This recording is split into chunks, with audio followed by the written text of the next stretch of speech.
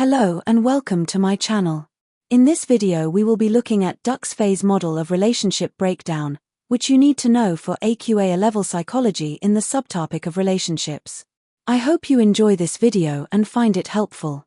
Let's get started. Duck, 1982, proposed that relationship breakdown is not a single event but a process that unfolds over time through a series of stages. Each stage represents a threshold, where the dissatisfied partner's perception of the relationship changes, moving it closer to potential dissolution. These thresholds mark turning points that indicate when a partner becomes less willing or able to continue the relationship. Duck outlined 4 distinct phases: intrapsychic, dyadic, social, and grave dressing. Intrapsychic phase. I can't stand this anymore. This phase involves private dissatisfaction. One partner becomes unhappy with the relationship but has not yet shared this with the other person.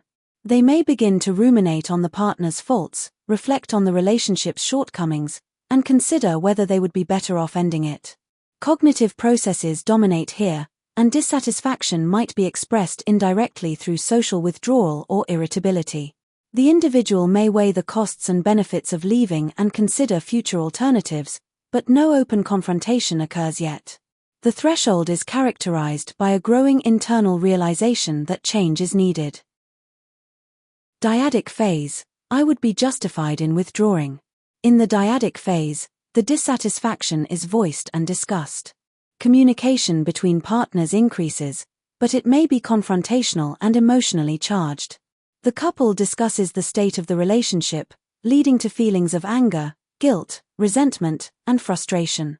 They may talk about inequities, imbalances, or unmet expectations. There may be an attempt to repair the relationship through problem-solving or counseling, but if these attempts fail, the threshold is crossed to the next phase. The realization becomes stronger: I would be better off without this relationship. Social phase. This is now inevitable. In the social phase, the relationship breakdown becomes public. Partners begin to involve friends, family, or social networks, seeking support and possibly trying to justify their stance. Others may be asked to take sides, and blame is often assigned. Mutual friends may feel pressure to choose allegiance or help negotiate the terms of the breakup, such as custody of shared items or living arrangements. At this stage, repair is less likely, and the focus often shifts to managing the social consequences of the breakup. The involvement of others makes reconciliation more difficult, and the breakup often begins to feel irreversible. Grave dressing phase. It's time to start a new life. After the breakup, partners enter the grave dressing phase, where the focus is on making sense of the end of the relationship. Each person constructs a narrative that presents themselves in a favorable light, preserving self-esteem and social image.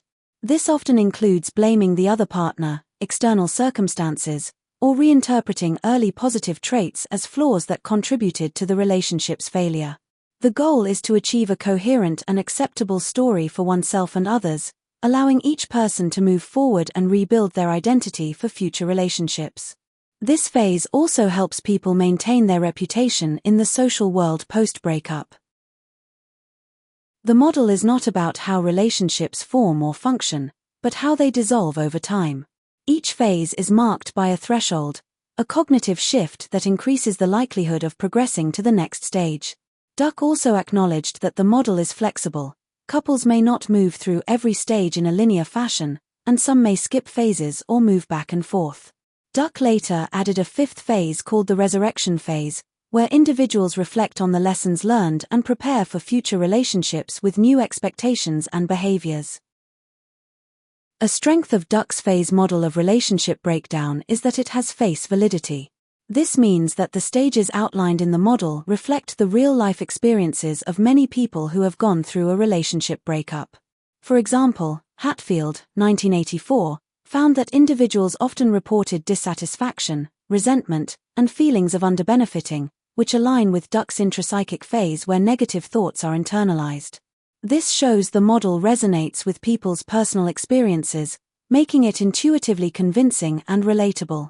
Therefore, Its face validity increases the model's credibility as a descriptive account of how relationships break down. A strength of Duck's model is its practical application in relationship counseling. Rolli and Duck, 2006, emphasized that communication at each stage can influence whether a couple progresses to the next phase or resolves their issues. For instance, during the dyadic stage, counselors might encourage open, solution-focused communication to avoid escalation to the social phase.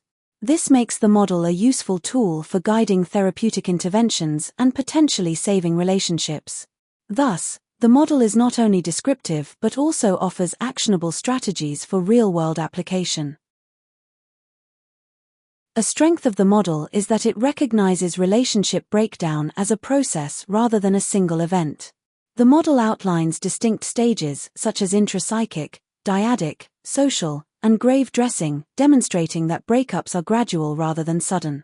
This phased approach reflects the complexity of human relationships and allows for variability in emotional experiences. As such, the model captures the dynamic and evolving nature of relationship dissolution. This nuanced view is more realistic and helps professionals and individuals understand the progression of breakup over time. A strength of Duck's revised model is the addition of the resurrection phase. This phase, added later by Duck, focuses on personal growth and preparation for future relationships, highlighting that individuals can learn and change post-breakup. It offers a more optimistic outlook and encourages reflection, healing, and personal development. Therefore, the inclusion of the resurrection phase adds depth and a forward-looking perspective to the model. A limitation of Duck's model is that it does not explain why relationships break down. The model outlines how the breakdown unfolds through stages but offers little insight into the root causes behind dissatisfaction.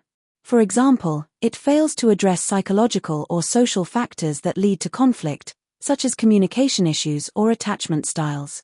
This weakens the model's explanatory power, as it merely describes the process rather than explaining it. Consequently, it lacks the depth of a full psychological theory of relationship dissolution. A limitation of Duck's model is that it is based largely on retrospective self-report data. Most evidence supporting the model comes from individuals recalling past relationships, which is prone to memory distortion and bias.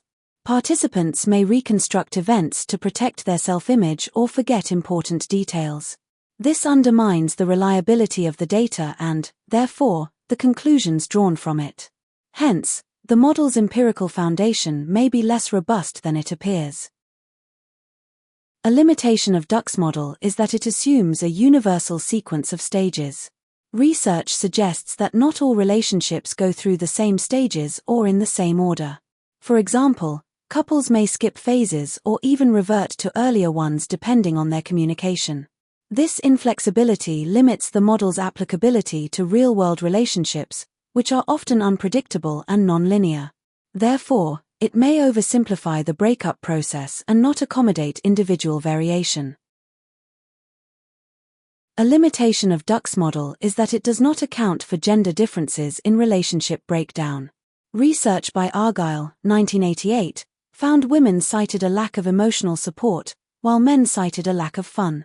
Cassin, 1996, also found that women reported unhappiness and incompatibility more often, whereas men blamed a lack of sex. These findings suggest that men and women experience and interpret relationship issues differently, something the model overlooks. As a result, it may suffer from beta bias and fail to fully capture gender-specific dynamics in relationship breakdown. A limitation of the model is that it overlooks individual differences in breakup experiences. AQA, 1992, found that the instigator of the breakup typically suffered fewer negative consequences than the person being left. This suggests a possible unacknowledged phase of cognitive preparation by the initiator. Duck's model does not accommodate these asymmetries, assuming a shared experience of the stages.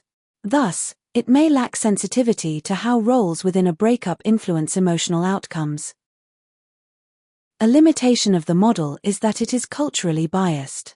Duck's phase model is based on Western cultural norms that emphasize individualism and personal fulfillment. In collectivist cultures, such as those with arranged marriages, relationship maintenance often involves extended families and greater social pressure to stay together. As a result, the model may not apply well in non-Western societies. This ethnocentric bias limits its external validity and generalizability across cultures. A limitation of Duck's model is that it does not account for love or abusive dynamics. Love, a central component in relationships, may influence the willingness to remain or leave a partner, yet it is absent from the model. Additionally, in abusive relationships, the partner may leave suddenly without following any of the proposed stages. This shows that not all breakups follow a structured process. Therefore, the model fails to explain certain types of relationship dissolution, reducing its universality. Thank you for watching. If you have enjoyed this video, please like and subscribe for more content like this. Bye.